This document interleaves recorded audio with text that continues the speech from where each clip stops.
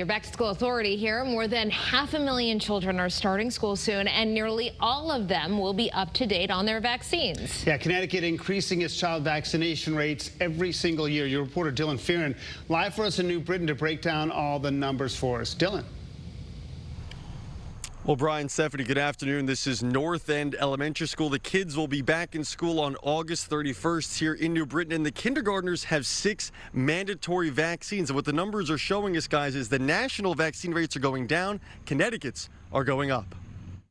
Mother Elsie Huertas made sure her kids, 6-year-old Catalea and 11-year-old Giuliana, received their mandatory vaccines before kindergarten. As parents, we got to make sure that our kids are up to date with their shots and their health, because that's main priority. Earlier this week, New Britain School District announced around 300 students were still not in compliance with the state-mandated immunization requirements.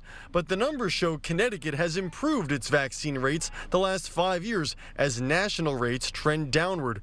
When it comes to the MMR, DTaP, polio, and varicella vaccines, 98.4% of Connecticut kindergartners are in compliance. That's second in the country, compared to the national average, 92.3%.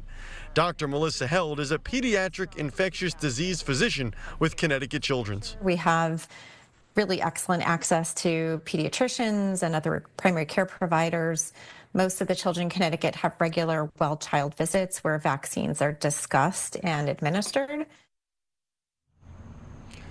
And Brian and Stephanie, those 300 students here still not in compliance, that's an improvement as well. This time last year, it was 1,800 students. I'm your reporter live in New Britain tonight, Dylan Fearon, Channel 3 Eyewitness News.